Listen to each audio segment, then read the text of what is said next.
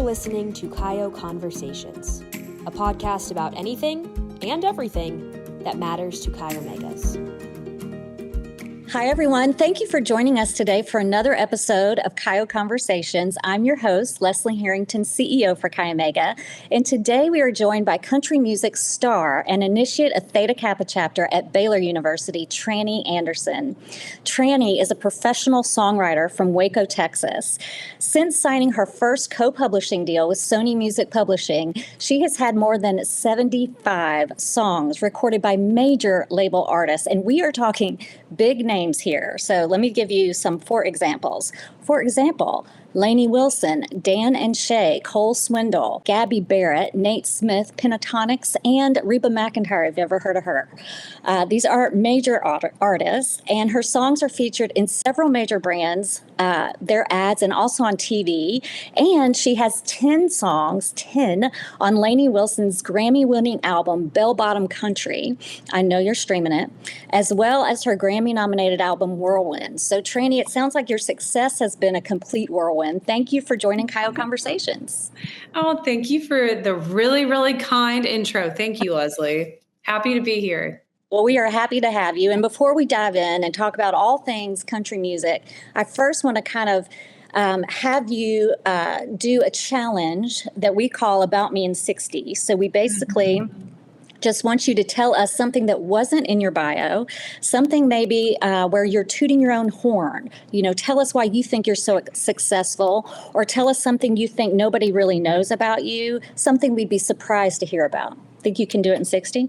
Wow, I can try. Okay, go for it. Yeah, I mean, I think I'll just use that time to talk about my background a little bit. I grew up in Waco, Texas, and also ended up going to college in Waco, Texas at Baylor, and started writing songs when I was a little kid. I wrote my first song when I was 6 years old, and just grew up with loving parents and a good family. And that my mom especially, she played on the LPGA tour and was a college golf coach at SMU in Dallas. And so just a really accomplished woman. I was raised by a dreamer. And so I think that's part of the reason that I think the way I do and believe crazy things can happen. And I'm really fortunate that I moved to Nashville 9 years ago and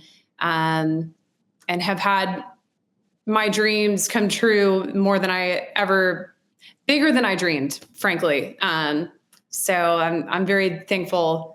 I'm very thankful to be here. And that was probably 60 seconds. So I'll stop there.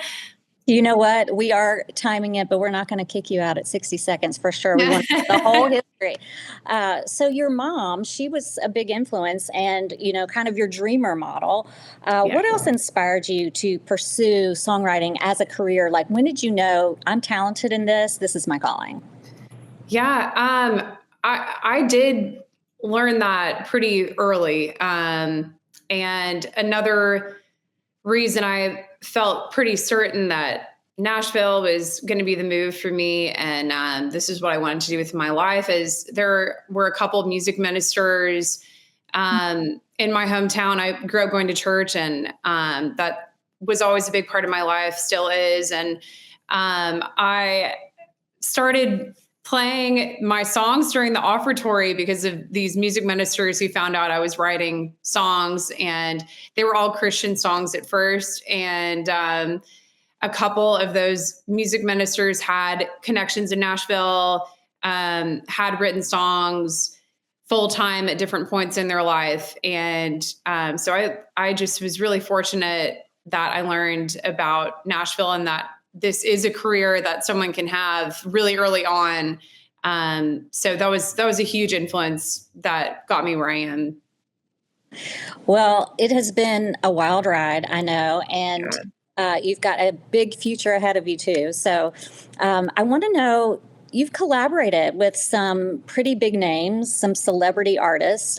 Do you have a favorite collab memory? I bet you have great stories. Oh gosh. I mean, I'm going to end up talking about Lainey Wilson a lot.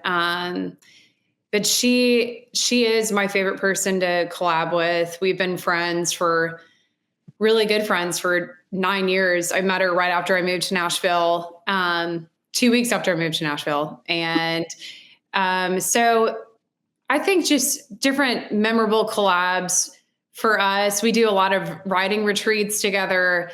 And that's mostly the last 2 records. The songs that I've been a part of were written on the road with her. So that's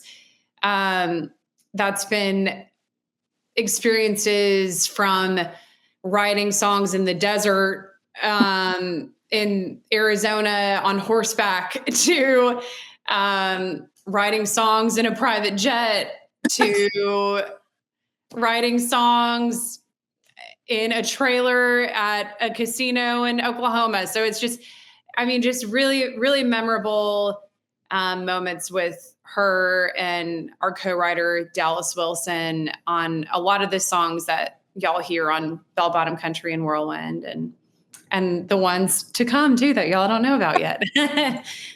Well, I want you to educate us a little bit. Our next segment is called Teach Us Your Talent. Mm-hmm. And I wonder if you wouldn't mind sharing a little bit about how a song actually becomes a song. We don't know these things. I want to know more about your process and also like the industry process.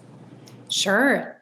Well, I mean, I've always been obsessed with the craft of songwriting since I was a little kid, and country music is something that I became really obsessed with later, a little later in life. I didn't really listen to country a ton until my junior year of high school. And kind of from there, I went through a breakup my junior year of high school. So I got really hooked on this, on this CD that my ex-boyfriend burned me, and it was full of country songs. And I was like, don't mention his, we don't want to give him any credit for this. Yeah. I'm not giving him credit, but it is funny. After I was like, wow, some of these songs are actually really good. Yeah. And what I fell in love with is the storytelling aspect of country music. And I think that that's what makes a song, at least in my opinion, I think that's what makes a song really good and hit you in the heart. If it's a story that's told really well and told honestly. And so I think that's when I'm first crafting a song. I think that's what I'm always looking for, is the heart of it and the story behind it. And so, and I find those ideas by conversations with people, by reading, by watching movies, by honestly listening to a lot of other people's music too. Just trying to, I get inspired by different sounds I hear in other people's music, or a way they said something that you can spin into a whole other song. So that's often where I start from the idea process.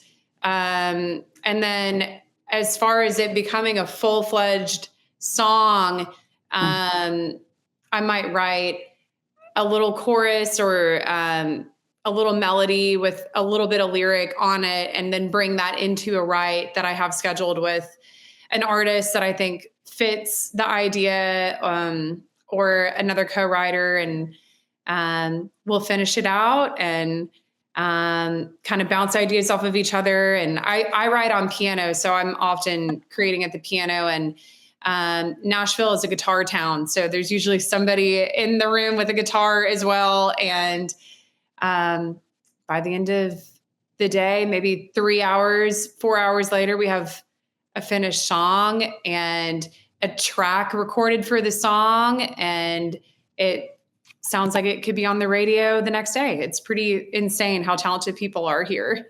I want to know, the music biz is just like any industry, I'm sure, with its own set of challenges. What setbacks have you faced as you have been gaining all your success, and what advice might you have for someone who's an aspiring songwriter? Sure.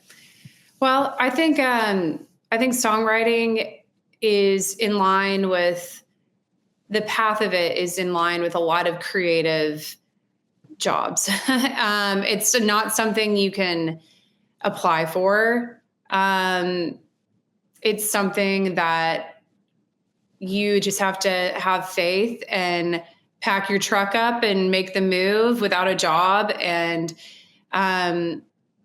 it's not something that you get overnight. And so I think for me,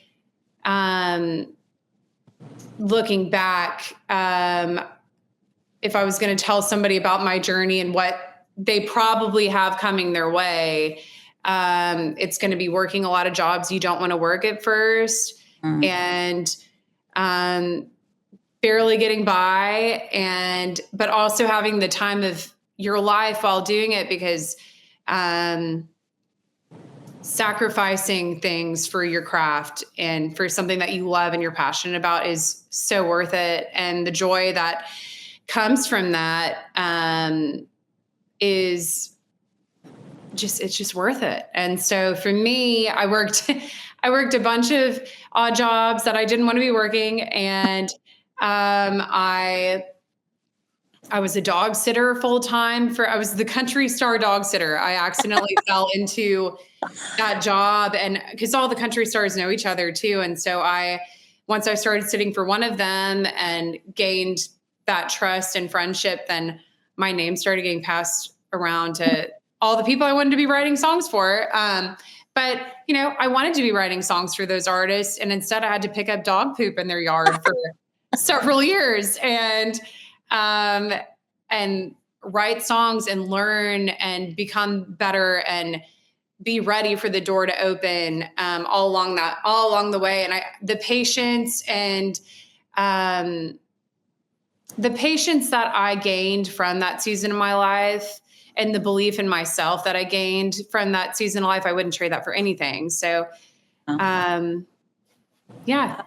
What would you say is the most surreal moment so far? You mentioned some award shows and things. Were those the most surreal moments, or do you have others? Those were pretty surreal. I mean, just it's kind of funny, honestly, because I just being a behind the scenes person, helping create these songs with artists and for artists, the public doesn't know who I am. And so it felt really funny and surreal to be walking the red carpet at the CMA Awards and the ACM Awards, right behind Blake Shelton and Gwen Stefani, and right behind me is Shabuzi, and it's pretty funny.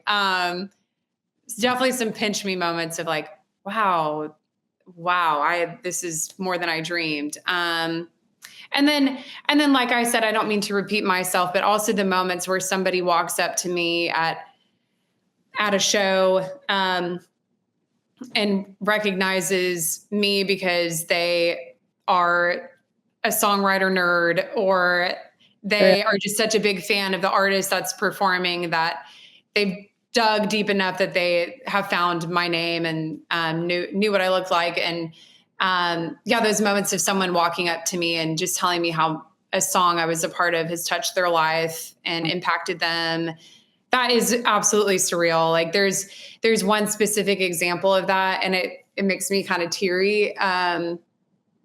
I was at Choctaw Casino earlier this year, watching Lainey perform, and a girl named Jill walked up to me, and she's probably in her 30s, and she had fought breast cancer the whole year prior, and her hair hadn't grown back yet, and she was just telling me and my co-writer how much that song meant to her during chemo, and how we'll never know the impact that it's had, and like how much she needed that song when she found it. And so just stories like that are surreal. And I hope to hear those all throughout my career, because that keeps me writing with my heart. Well, and you said that at the top of this interview, really, is that, it all comes from the heart, and it touches people's hearts. And that is a really nice connection. Yeah. That's what it's about. That's why we're here, Leslie. I know.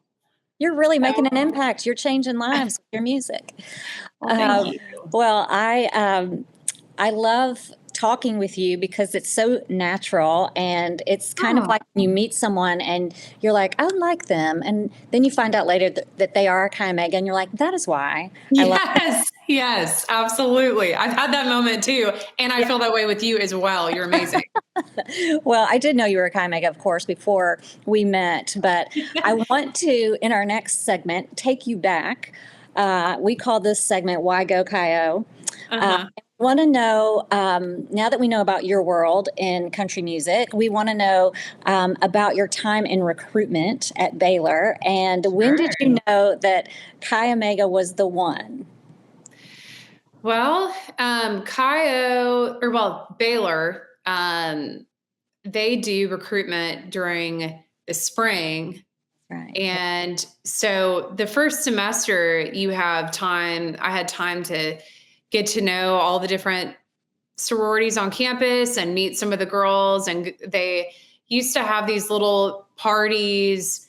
All of the sororities did just during the week, mostly during lunch. If you wanted to go meet some of the girls, you would meet them at this lunch spot. And since I had a whole semester, I went to a lot of different ones and just felt immediately like the girls in Cayo were just most similar to me.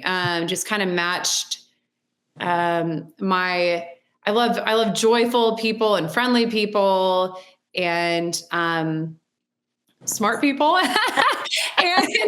and so I just every girl I talked to, I was like, wow, like you're bubbly and you're fun to be around and you're pushing yourself and you have dreams and like, yeah, I want to surround myself with women that are going to make me better. And so that was a big part of it. And I can say nice things about all of the sororities at Baylor, but I felt especially drawn to Cayo. And that was hard for my mom too, because my mom was a Theta, and Really? I forget if I was a double or triple legacy Theta, but that was hard for my mom at first. I was like, I love the Thetas, but mom, I think I need to be a Cayo. And and then there were a couple other girls that were freshmen. I rushed my freshman year, and a couple other girls that were my age that I also really liked that were all going Cayo. And so that's why. Well, that is exactly what we wanted to hear. Way to go, Theta Kappa. And I really like your mom because I know that she really, taught you about the heart and country music and music in general. But what a great steal by Chi Omega, by the way. Take that. And to make it worse, Leslie, my mom was the president of the Theta alum at Baylor at the time too. So I was like really going against the grain there, but. Well, I am so glad Chi Omega probably knew that, but went after you anyway. So Yeah. Again, good call. I'm sure people ask you this all the time, like try to get you to like commission a song. But if you could write a song inspired by your Chi Omega experience, what would it be about? What would you call it? Can we write it real quick? A little ditty. Oh gosh. I don't know if I have the title right away, but I would definitely write it about the 5 girls that became my best friends in college. And we all lived in a house together, and it would definitely be about them. I don't know what it would be called yet, but our house was called, we named our house in college. It was called Hootenanny. So maybe I'd call it Hootenanny. Country right there, I feel. Yeah. Yeah. It's a pretty country word. It would probably work. But all of those girls really became my best friends in college and still are some of my best friends today. And we go on a trip together every year. We're going on a trip next month. And, they all have babies now. And it's just really, I'm thankful for them. They were the best thing that Cayo brought me. Oh, Well, I know they feel the same way about you, and I look forward to Lainey Wilson singing Hootenanny very soon. Cannot wait. That and royalty's not necessary; it's approved. Yeah. But I really thank you. I know how busy you are. I know that you need time to be creative, but you've taken time to be with us, and I loved our chat today. But Me too. Yeah, so I just want to know, do you have anything else you want our podcasters to know about you or know about music, something that you'd like to impart that we haven't talked about yet? Gosh. I mean, if you are a Kaio that is interested in songwriting or Nashville specifically, I would just speak to you and say, whatever you're dreaming about, the worst thing that happens is you are in the same position you are currently in. And the worst thing you could do is never try.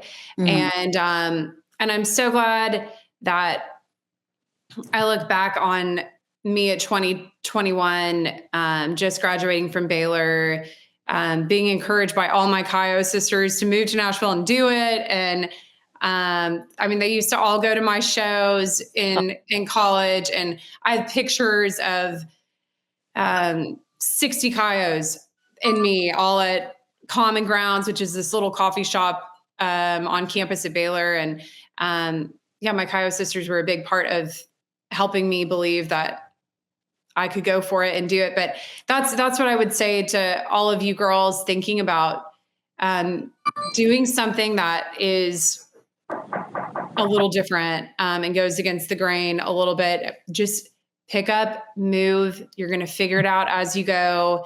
And it's just worth it to follow your dreams, even if it takes a really long time to get there. The character that you build along the way and the doors that open for you along the way are just wouldn't happen any other way. And nothing worth having ever comes easy. And so that would be my encouragement to all of y'all. And hit me up on Instagram if you're moving to Nashville and doing it. And I would be happy to answer any questions further. Thank you for having me. Well, you are so welcome. It has been a treat. The treat has been all ours. Aww. Thank you, Trannie. And really thank you everyone for tuning in. I hope this episode has left a song in your heart and you feel inspired and to use your creative side just like Trannie has. And we've got more exciting episodes ahead this season, believe it or not. So be sure to follow us on social media so you can join the next Kaio Conversation.